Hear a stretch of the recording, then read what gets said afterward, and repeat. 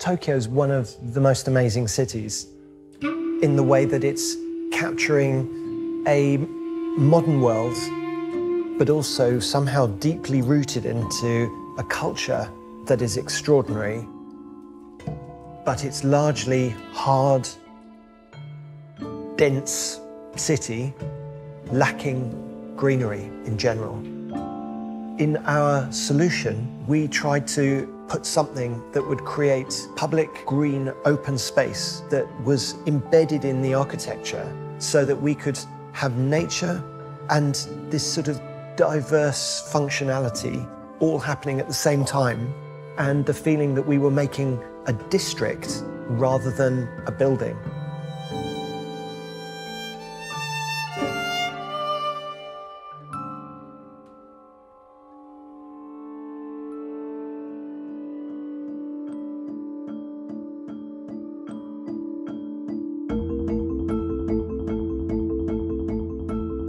From very early on, our team was interested in integrating nature into this city centre project in a major way rather than a sort of minor garnish way around the edges.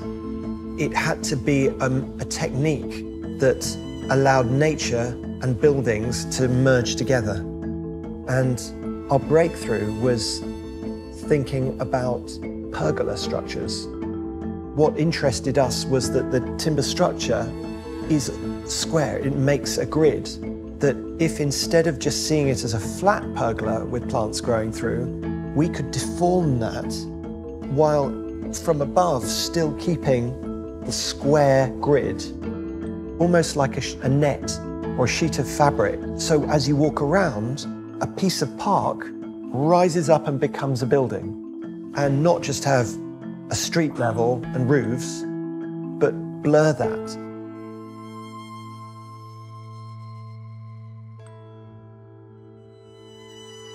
Good developments need to be like a wreath, so that people come and swarm and around and engage and find their own points of attachment.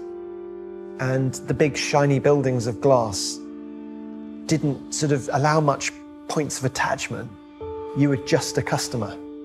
Whereas the heart of Azabudai Hills is a street. And there's staircases and walkways through that stitch into the older districts around. And there are existing temple buildings around. There's the new school that we've created.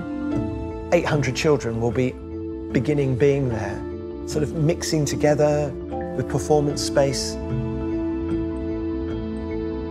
It's an unusual layering of parts of a culture that's more sophisticated than just work, shopping, and living.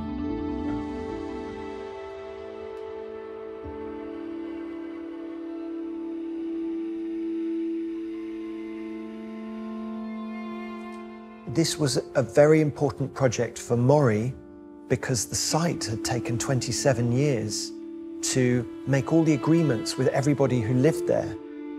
And what touched me a lot was that the head of the local residents association, who I think was 92, who moved out, one of the first people to move back in